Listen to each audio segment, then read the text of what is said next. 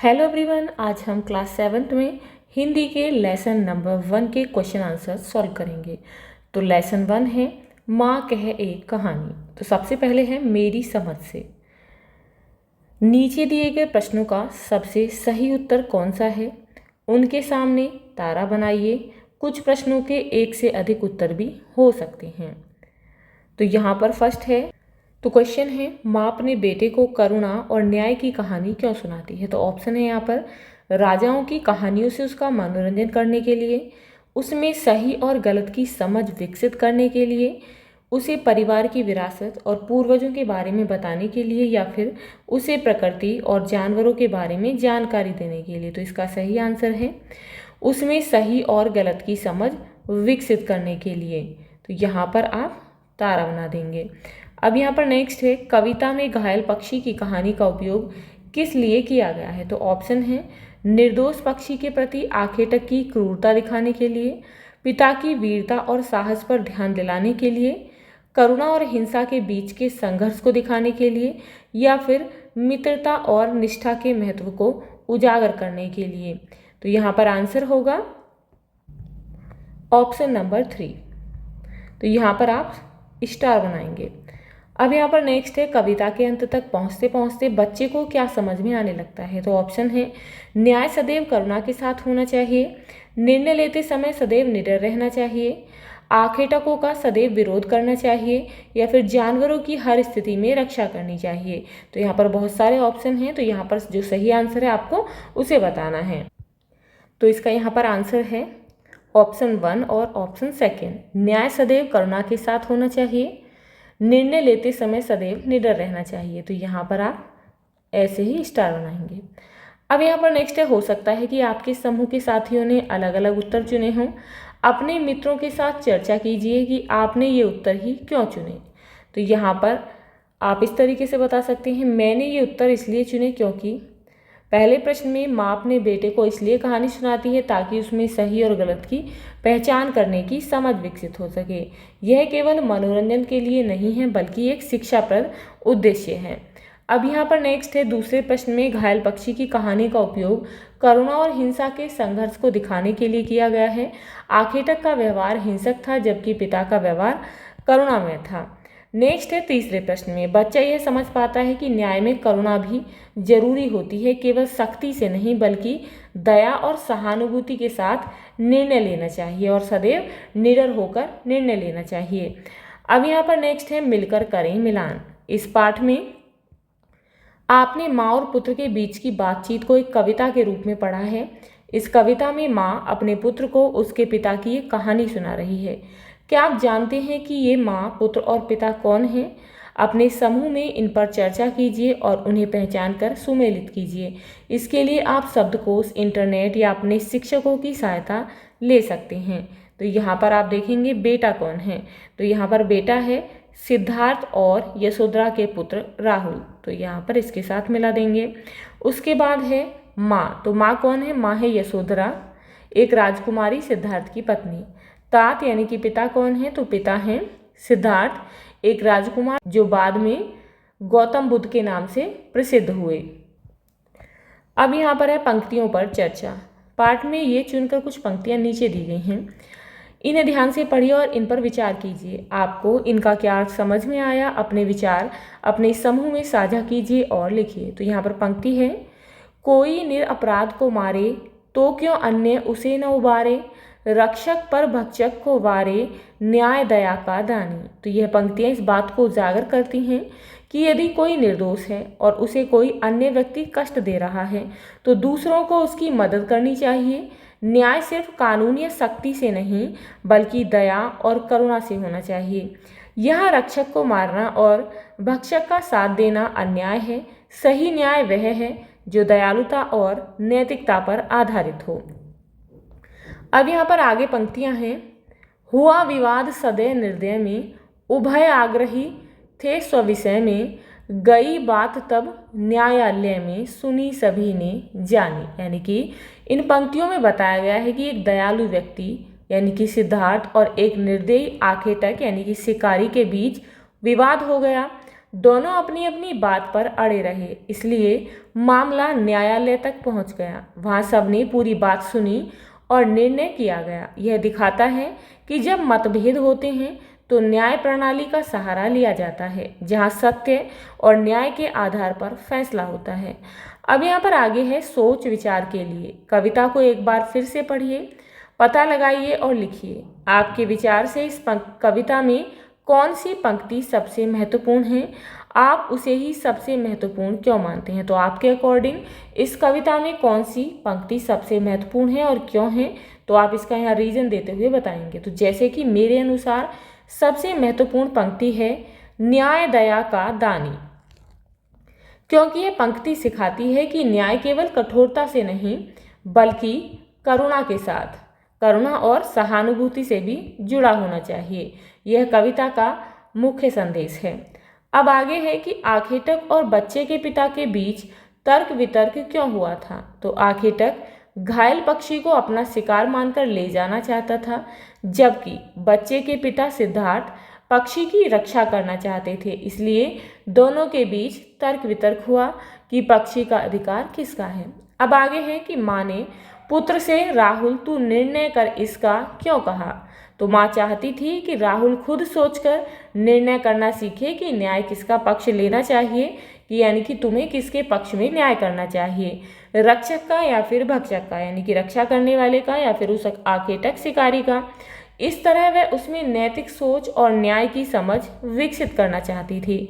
अब यहाँ पर आगे का यहाँ पर प्रश्न है कि यदि कहानी में आप उपवन में होते, यानी कि बगीचे में होते, तो घायल हंस की सहायता के लिए क्या करते? आपके अनुसार न्याय कैसे किया जा सकता था?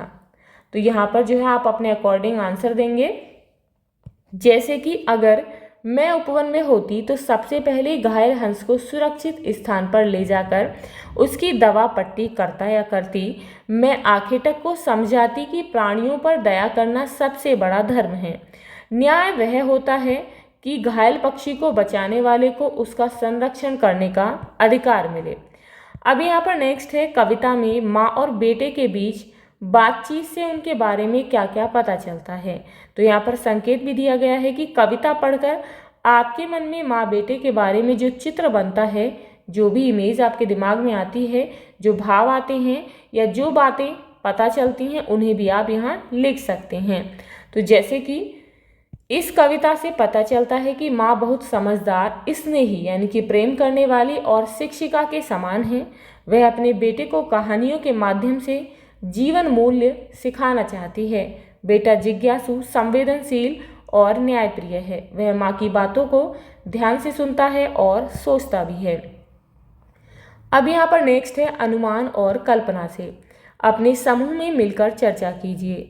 माँ ने अपने बेटे को कहानी सुनाते समय अंत में कहानी को स्वयं पूरा नहीं किया, बल्कि उसी से निर्णय करने के लिए कहा। यदि आप किसी को यह कहानी सुना रहे होते तो कहानी को आगे कैसे बढ़ाते? तो इसका आंसर आप इस तरीके से लिख सकते हैं, अगर मैं यह कहानी सुना रहा होता तो कहानी आगे ऐसे बढ़ती। न्यायालय में सभी ने बातें सुनी। न्यायाधीश ने कहा कि घायल पक्षी को जिसने बचाया है वही उसका असली रक्षक है। आखेटक को समझाया गया कि दया और करुणा सबसे बड़ा धर्म है। इसके बाद आखेटक को अपनी गलती का एहसास हुआ और वह भविष्य में कभी किसी निर्दोष प्राणी को हानि न पहुंचाने का वचन देता है। अब यहाँ पर नेक्स्ट है, मान लीजिए कि कहानी में हंस और तीर चलाने वाले के बीच बातचीत हो रही है। कल्पना से बताइए कि जब उसने हंस को तीर से घायल किया तो उसमें और हंस में क्या क्या बातचीत हुई होगी, उन्होंने एक दूसरे को क्या क्या तर्क दिए होंगे। तो संवाद के रूप में आप इस तरीके से लिख सकते हैं। हंस ने कहा, तुमने मुझे तीर क्यों मारा? मैंने तुम्हारा क्या बिगाड़ा था? तो आखेटक ने कहा होगा, मैं शिकार करता हूँ, यह मेरा शौक है। हंस ने कहा, लेकिन मैं एक जीवित प्राणी हूँ, मुझे भी दर्द होता है। क्या तुम्हें कभी करुणा नहीं आती, दया नहीं आती? तो आखेटक ने कहा होगा, मुझे लगा मैं जो चाहता हूँ उसे ले सकता हूँ। तो इस पर हंस ने कहा होगा, सच्चा वीर वह है जो निर्बलों की रक्षा करे, ना कि उन्हें घायल करे। आखेटक ने कहा होगा शर्मिंदा होते हुए, तुम ठीक कहते हो, अब मैं कभी किसी निर्दोष को नहीं मारूंगा। अब आगे यहाँ पर फिर से है कि मान लीजिए कि माँ ने जो कहानी सुनाई है, आप भी उसके एक पात्र हैं, एक कैरेक्टर हैं। आप कौन सा पात्र बनना चाहेंगे और क्यों? तो यहाँ पर पात्र दिए गए हैं, आप कौन सा बनना चाहेंगे आपको वह सेलेक्ट करना है। जैसे कि तीर चलाने वाला बनना चाहेंगे, या फिर पक्षी को बचाने वाला व्यक्ति, या फिर न्यायाधीश, या कोई अन्य पात्र जो आप कहानी में जोड़ना चाहें। तो आप अपने अकॉर्डिंग लिखेंगे। जैसे कि मैं पक्षी को बचाने वाला व्यक्ति तात यानी कि पिता बनना चाहूँगा, क्योंकि वह करुणावान, साहसी और न्यायप्रिय हैं। वह दूसरों के दुख को समझता है और बिना डरे अन्याय का विरोध करता है। मुझे ऐसा ही बनना अच्छा लगेगा। अब यहाँ पर आगे है संवाद। इस कविता में एक माँ और उसके पुत्र का संवाद दिया गया है, लेकिन कौन सा कथन किसने कहा है यह नहीं बताया गया है। आप कविता में दिए गए संवादों को पहचानिए कि कौन सा कथन किसने कहा और उसे दिए गए उचित स्थान पर लिखिए। उदाहरण के लिए माँ और पुत्र का एक एक कथन दिया गया है। तो यहाँ पर आप देख सकते हैं पुत्र द्वारा कहे गए कथन, और यहाँ पर है माँ द्वारा कहे गए कथन। तो जैसे कि पुत्र ने कहा माँ कहे एक कहानी, तो अन्य और कौन कौन से कथन हैं जो पुत्र ने कहे हैं वो आप यहाँ पर लिखेंगे, और जो माँ ने कहे हैं वो आप यहाँ पर लिखेंगे। तो पुत्र के द्वारा कहे गए कथन हैं, राजा था या रानी, लहराता था पानी, हुई पक्ष की हानि, लक्ष्य सिद्ध का मानी, हट करने की ठानी, अब बढ़ चली कहानी, माँ मेरी क्या बानी, मैं सुन रहा कहानी, न्याय दया का दानी। अब माँ ने जो कथन कहे हैं वो हैं, तो यहाँ पर ये जो लाइन है, कहती है मुझसे यह चेती, तू मेरी नानी की बेटी। तो ये जो है बेटे के द्वारा कही गई है, ना कि माँ के द्वारा। तो इसे हम यहाँ लिख देंगे, कहती है मुझसे यह चेटी, तू मेरी नानी की बेटी। तो यहाँ पर इसे लिख देंगे, ये जो है बेटे के द्वारा कही गई है, ना कि माँ के द्वारा। तू है हठी मानधन मेरे, सुन उपवन में बड़े सवेरे। तो ये जो है माँ के द्वारा कही गई है। गाते थे खग कल कल स्वर से, चौंक उन्होंने उसे उठाया, नया जन्म सा उसने पाया। हुआ विवाद सदै निर्दयी में, राहुल तू निर्णय कर इसका, न्याय पक्ष लेता है किसका। कह दे निर्णय जय हो जिसका, सुन लूं तेरी बानी, तू बुनी कहानी। अब यहाँ पर है शब्द से जुड़े शब्द। नीचे दिए गए रिक्त स्थानों में प्रकृति से जुड़े शब्द कविता में से चुनकर लिखिए। यानी कि यहाँ पर जो शब्द लिखने हैं वो प्रकृति से जुड़े हुए आपको कविता से ढूंढ कर लिखने हैं। तो ऐसे शब्द हैं जैसे कि एक एग्जाम्पल दिया गया है उपवन, तो बाकी हैं जैसे कि फूल, प्रभात, लहर, खग यानी कि पक्षी, पानी, हिम बूंदे। अब यहाँ पर नेक्स्ट है पंक्ति से पंक्ति। नीचे स्तंभ 1 यानी कि कॉलम ए यहाँ पर और स्तंभ 2 में कुछ पंक्तियाँ दी गई हैं। मिलती जुलती पंक्तियों को रेखा खींचकर मिलाइए। तो यहाँ पर पहले पंक्तियाँ पढ़ेंगे। तो पहली लाइन है, कहती है मुझसे यह चेटी, यानी कि यह सेविका मुझसे यह कहती है। तू है हठी मानधन मेरे, तो माँ जो है वो कहती है कि हे मेरे पुत्र तू बहुत हट करता है। तो यहाँ इसके साथ मिलाएंगे। अब उसके बाद है झलमल कर हिम बिंदु झिलेते, यानी कि हिम कण ओस की बूंदें झिलमिला रही थी, तो इसके साथ मिला देंगे। अब यहाँ पर नेक्स्ट है गिरा बिद होकर खर सर से, यानी कि यहाँ पर जो है इसे किसके साथ मिलाएंगे, तेज धार वाले तीर से घायल होकर गिर गया, तो यहाँ पर इसके साथ इसे मिला देंगे। अब यहाँ पर नेक्स्ट है हुआ विवाद सदैव निर्दय में, यानी कि किसके बीच में हुआ, दयालु और निर्दय व्यक्ति में झगड़ा हुआ, तो इसके साथ हम मैच कर देंगे। उसके बाद है कह दे निर्भय जय हो जिसका, यानी कि निडर होकर बिना किसी से डरे तू ये बता दे कि जीत किसकी होनी चाहिए, तो इसे हम इसके साथ मिलाएंगे। तूने गुनी कहानी, माँ जो है कहती है कि तूने कहानी को समझ लिया है। नेक्स्ट है उभय आग्रही थे स्विषय में, यानी कि दोनों ही अपनी अपनी बात पर अड़े हुए थे। अब यहाँ पर नेक्स्ट है तब उसने जो था खगभक्षी हट करने की ठानी, तब उस तीर चलाने वाले ने हट करने का निश्चय कर लिया। अब आगे है रक्षक पर भक्षक को वारे, न्याय दया का दानी। यानी कि न्याय में दया सम्मिलित होती है, न्याय मारने वाले के स्थान पर बचाने वाले का पक्ष लेता है। तो इसके साथ मिला देंगे। तो आप जो है इन्हें इस तरीके से मिलाएंगे यहाँ पर। अब यहाँ पर नेक्स्ट है कविता की रचना। राजा था या रानी, माँ कह एक कहानी। इन पंक्तियों पर ध्यान दीजिए। इन पंक्तियों की तरह इस पूरी कविता में अनेक स्थानों पर कुछ पंक्तियाँ 2 बार आई हैं। इस कारण कविता में पाठक को माँ बेटे की बातचीत और अच्छी तरह से समझ में आ जाती है। इससे कविता के सौंदर्य में भी वृद्धि हुई है।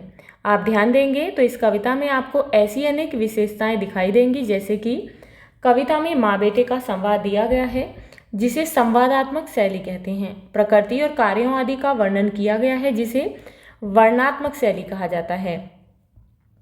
इस कविता को एक बार पुनः पढ़िए और अपने समूह में मिलकर इस कविता की विशेषताओं की सूची बनाइए। अपने समूह की सूची को कक्षा में सबके साथ साझा कीजिए। तो जैसे कि विशेषता है यहाँ पर, और यहाँ लिखेंगे उदाहरण कविता की पंक्ति से। संवादात्मक शैली माँ और बेटे के बीच बातचीत के रूप में कविता है। उदाहरण जैसे कि माँ कह एक कहानी, बेटा समझ लिया क्या तूने मुझको अपनी नानी। तो ये माँ बेटे के रूप में बातचीत हो रही है, यानी कि यहाँ पर संवादात्मक शैली का प्रयोग किया गया है। प्रश्न उत्तर शैली, बेटा प्रश्न करता है और माँ उत्तर देती है। जैसे कि राजा था या रानी, वो पूछता है कि राजा था या फिर रानी थी। हाँ यही कहानी। उसके बाद है दोहराव, यानी कि इसमें पुनरावृत्ति का विशेषता है, उसका प्रयोग किया गया है। कुछ पंक्तियाँ 2 बार आई हैं, जैसे कि राजा था या रानी। प्रकृति का सुंदर वर्णन हुआ है, वर्णनात्मक शैली का प्रयोग किया गया है। वर्ण वर्ण के फूल खिले थे, हल्के झोंके हिले मिले थे, लहराता था पानी। विपरीतार्थक शब्दों का प्रयोग हुआ है। कोमल कठिन कहानी, कोमल और कठिन विपरीतार्थक शब्द हैं। दयालु निर्दयी। काव्य में तुकांतता, यानी कि तुक मिलाना। कह माँ कह लेटी ही लेटी, राजा था या रानी। भावात्मक गहराई, जैसे कि करुणा, न्याय, संवेदना, इन शब्दों का, इन शैलियों का प्रयोग हुआ है। रक्षक पर भक्षक को वारे, न्याय दया का दानी। शब्दों की सुंदर ध्वनि और लय है। झलमल कर हिम बिंदु झिले थे, गाते थे खग कल कल स्वर से। इन सभी विशेषताओं से यह कविता न केवल शिक्षाप्रद बल्कि भावनात्मक, संवादपूर्ण और काव्यात्मक बन जाती है। अब यहाँ पर है नीचे इस कविता की कुछ विशेषताएं और वे पंक्तियां दी गई हैं जिनमें ये विशेषताएं दिखाई देती हैं।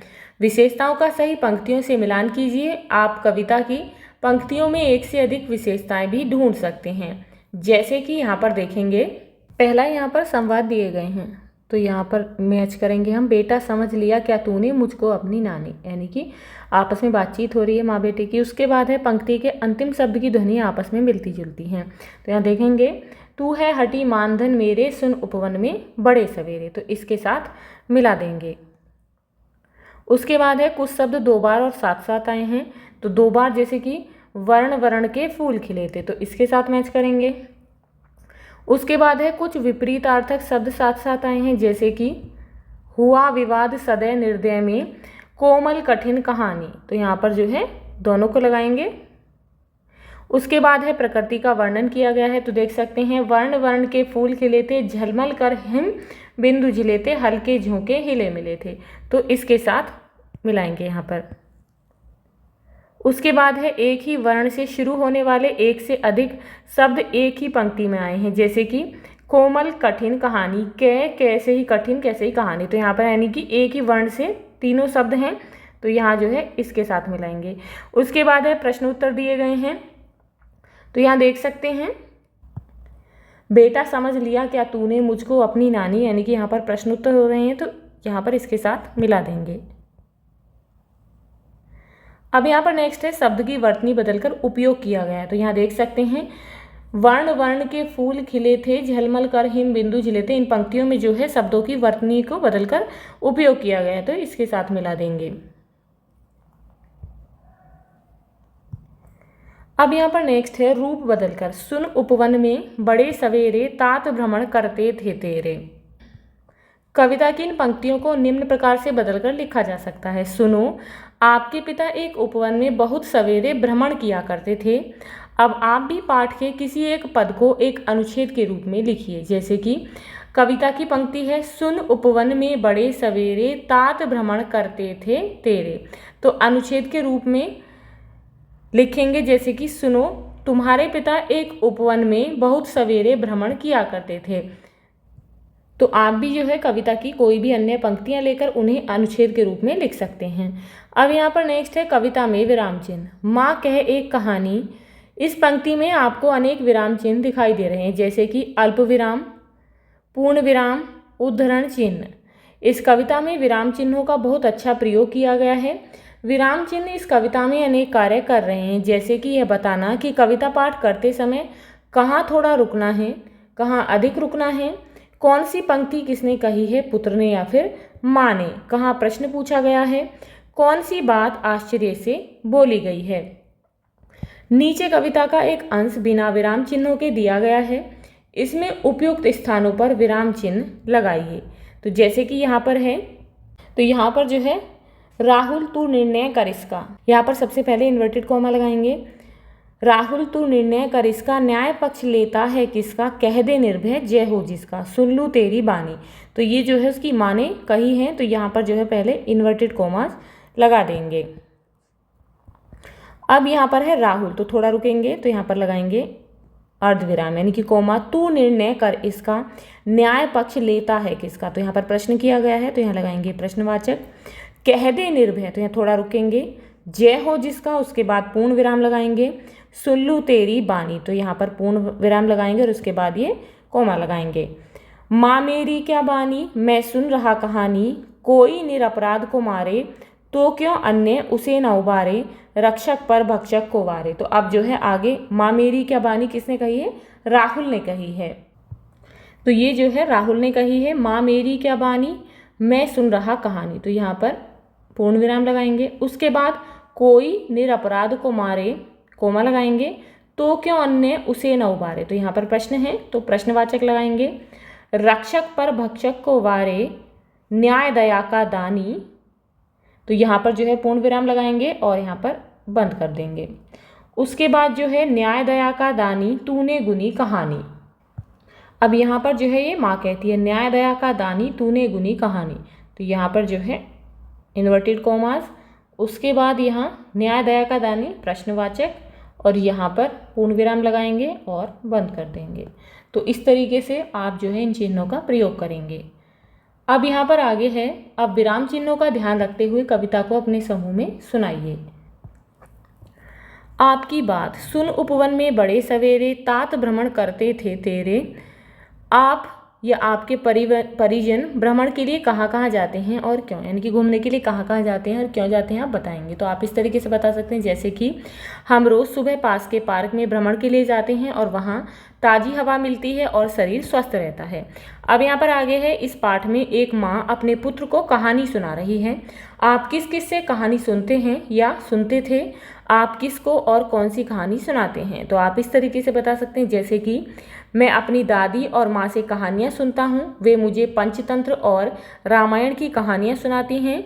मैं अपने छोटे भाई को अकबर बीरबल की मज़ेदार कहानियाँ सुनाता हूँ। तो आप जो भी कहानी सुनाते हैं आप उनके बारे में भी यहाँ लिख सकते हैं। अब यहाँ पर नेक्स्ट है, माँ ने कहानी सुनाने के बीच में एक प्रश्न पूछ लिया था, क्या कहानी सुनाने के बीच में प्रश्न पूछना सही है और यदि है तो क्यों। तो इसका आंसर होगा हाँ, कहानी सुनाते समय प्रश्न पूछना सही है, क्योंकि इससे सुनने वाला ध्यान देता है और सोचता भी है। इससे कहानी और भी रोचक बनती है और हम ज़्यादा सीख पाते हैं। अब यहाँ पर आगे है, कविता में बालक अपनी माँ से बार बार वही कहानी सुनने की हट करता है। क्या आपका भी कभी कोई कहानी बार बार सुनने का मन करता है, अगर हाँ तो वह कौन सी कहानी है और क्यों है। तो आपकी जो भी कहानी है तो आप यहाँ पर उसका नाम लिखेंगे, जैसे कि हाँ, मुझे सच्चे लकड़हारे की कहानी बार बार सुननी अच्छी लगती है। यह कहानी सिखाती है कि ईमानदारी का फल हमेशा अच्छा होता है। कहानी छोटी और प्रेरणादायक होती है। अब यहाँ पर है, निर्णय करें। राहुल तू निर्णय कर इसका, नीचे कुछ स्थितियाँ दी गई हैं, बताइए कि इन स्थितियों में आप क्या करेंगे। तो जैसे कि खेलते समय आप देखते हैं कि एक मित्र ने भूल से नियम तोड़ा है, तो आप क्या करेंगे। तो आप जो भी करेंगे अपने अकॉर्डिंग लिखेंगे, जैसे कि मैं उसे प्यार से बताऊंगा या बताऊंगी कि उसने नियम तोड़ा है और अगली बार ध्यान रखने के लिए कहूँगा। अब आगे है, एक सहपाठी को कक्षा में दूसरों द्वारा चिढ़ाया जा रहा है, तो ऐसे में आप क्या करेंगे? तो मैं चिढ़ाने वालों को समझाऊंगा कि ऐसा करना गलत है और उस सहपाठी की मदद करूंगा। नेक्स्ट है, एक समूह परियोजना के बीच एक सहपाठी अपने भाग का कार्य नहीं कर रहा है, यानी कि अपने हिस्से का कार्य नहीं कर रहा है, तो ऐसी स्थिति में आप क्या करेंगे? तो ऐसी स्थिति में मैं उससे बात करूंगा और उसका सहयोग करने की कोशिश करूंगा ताकि वह भी काम पूरा कर सके। अब यहाँ पर आगे है, आपके दो मित्रों के बीच एक छोटी सी बात पर तर्क वितर्क हो रहा है। मैं दोनों को शांति से समझाने की कोशिश करूंगा और उनकी दोस्ती बनाए रखने में मदद करूंगा। अब आगे है, एक सहपाठी को कुछ ऐसा करने के लिए अनुचित रूप से दंडित किया जा रहा है जिसे उसने किया ही नहीं है, यानी कि उसने वो कार्य किया ही नहीं है, उसके लिए उसे दंड दिया जा रहा है, तो ऐसे में आप क्या करेंगे? तो मैं शिक्षक को सच बताऊंगा और कहूंगा कि उसने गलती नहीं की है, गलत दंड नहीं मिलना चाहिए। अब आगे है कि एक सहपाठी प्रतियोगिता में हार जाने पर उदास है, तो आप क्या करेंगे? तो मैं उसे समझाऊंगा कि हार जीत सामान्य बात है, अगली बार मेहनत से जीत सकते हैं। अब यहाँ पर नेक्स्ट है, कक्षा में चर्चा के बीच एक सहपाठी संकोच कर रहा है और बोलने का अवसर नहीं पा रहा है, तो ऐसे में आप क्या करेंगे? तो मैं उसे प्रोत्साहित करूंगा और कहूंगा कि वह भी अपनी बात रखे, उसमें विश्वास बढ़ेगा। नेक्स्ट है, सहपाठी किसी विषय में संघर्ष कर रहा है और आपसे सहायता मांगता है, तो ऐसे में आप क्या करेंगे? तो मैं खुशी से उसकी मदद करूंगा क्योंकि साथ मिलकर सीखना और बढ़ना अच्छा होता है। अब यहाँ पर नेक्स्ट है, सुनो कहानी। हमारे देश और विश्व में अनेक कहानियाँ लोग एक दूसरे को सैकड़ों हजारों सालों से सुनते सुनाते रहे हैं। इन कहानियों को लोक कथाएं कहते हैं। अपने घर या आसपास सुनी सुनाई जाने वाली किसी लोक कथा को लिखकर कक्षा में सुनाइए। आपने जिस भाषा में लोक कथा सुनी है या जिस भाषा में आप लोक कथा लिखना चाहें लिख सकते हैं। कक्षा के सभी समूहों द्वारा एकत्रित लोक कथाओं को जोड़कर एक पुस्तिका बनाइए और कक्षा के पुस्तकालय में उसे सम्मिलित कीजिए। जैसे कि आप अपने अकॉर्डिंग कोई भी लोक कथा कहानी लिख सकते हैं। जैसे कि शीर्षक है जिसका सच्चा मित्र, बंदर और मगरमच्छ की कहानी। बहुत समय पहले एक बंदर नदी किनारे एक जामुन के पेड़ पर रहता था। वह अकेला था लेकिन खुश था। एक दिन एक मगरमच्छ नदी से निकला और उसकी थकान देखकर बंदर ने उसे जामुन खिलाए। दोनों में दोस्ती हो गई। बंदर रोज जामुन देता और मगरमच्छ खाकर चला जाता। एक दिन मगरमच्छ ने अपनी पत्नी को जामुन खिलाए। पत्नी ने कहा, अगर जामुन इतने मीठे हैं तो बंदर का दिल तो और भी मीठा होगा। तुमने मुझे उसका दिल लाकर दो। वो कहती है कि तुम मुझे उसका दिल लाकर दो। मगरमच्छ ने चालाकी से बंदर को नदी पार कराने के बहाने अपनी पीठ पर बिठा लिया। नदी के बीच में उसने सच बताया। बंदर डर गया लेकिन चतुराई से बोला, अरे मैंने तो अपना दिल पेड़ पर रख छोड़ा है। चलो वापस चलते हैं, मैं ले आता हूँ। मगरमच्छ वापस पेड़ के पास आया। बंदर फुर्ती से ऊपर चढ़ गया और बोला, तू मित्र कहलाने लायक नहीं है, जा अब कभी वापस मत आना। तो इस कहानी से संदेश मिलता है, सीख मिलती है, सच्चा मित्र कभी धोखा नहीं देता। हमें अपने दोस्तों की अच्छाई का सम्मान करना चाहिए, ना कि उनका नुकसान करने की सोचना चाहिए। तो आप भी यहाँ पर कोई भी लोक कथा लिख सकते हैं। अब यहाँ पर नेक्स्ट है आज की पहेली। नीचे कुछ पहेलियाँ दी गई हैं, इनके उत्तर आपको कविता में से मिल जाएंगे। पहेलियाँ बूझिए। तो पहली है यहाँ पर, नानी की बेटी है कौन, मामा की बहना है कौन, भार्या है पिता की कौन, भाभी है चाचा की कौन। तो यहाँ पर इसके आंसर होंगे, तो यहाँ पर जो है नानी की बेटी है कौन, यानी कि इसका आंसर होगा माँ। मामा की बहना कौन है, तो आपकी माँ आपके मामा जी की बहन है। भार्या है पिता की कौन, यानी कि आपके पिता की पत्नी कौन है, वो भी आपकी माँ है। भाभी है चाचा की कौन, तो आपके चाचा की भाभी कौन है, आपकी माँ है। तो इसका आंसर होगा माँ। अब यहाँ पर नेक्स्ट है, आसमान में उड़ उड़ जाए, तो यानी कि कौन उड़ते हैं, पक्षी तरह तरह के गाने गाते हैं। पर फैला कर करता शहर, दो हैं जिसके पर और पैर, यानी कि खग। कविता में कौन सा शब्द आया है पक्षी के लिए, खग। अब यहाँ पर नेक्स्ट है, बागों में जो सुगंध फैलाती, फूल फूल में बसती गाती, हवा हवा में घुल मिल जाए, कौन है जो यह नाम बताए। तो क्या है, सुरभि, यानी कि सुगंध। तो ये था आपके लेसन 1 के क्वेश्चन आंसर्स। आई होप आपको समझ आ गए होंगे। तो यदि आपको इस लेसन से रिलेटेड कोई भी डाउट है, कोई भी क्वेरी है, तो आप मुझे कमेंट बॉक्स में कमेंट करके बता सकते हैं। तो मिलते हैं नेक्स्ट वीडियो में नेक्स्ट चैप्टर के साथ। If you like this video, please like and share, and if you are new on this channel, please subscribe the channel. Thank you.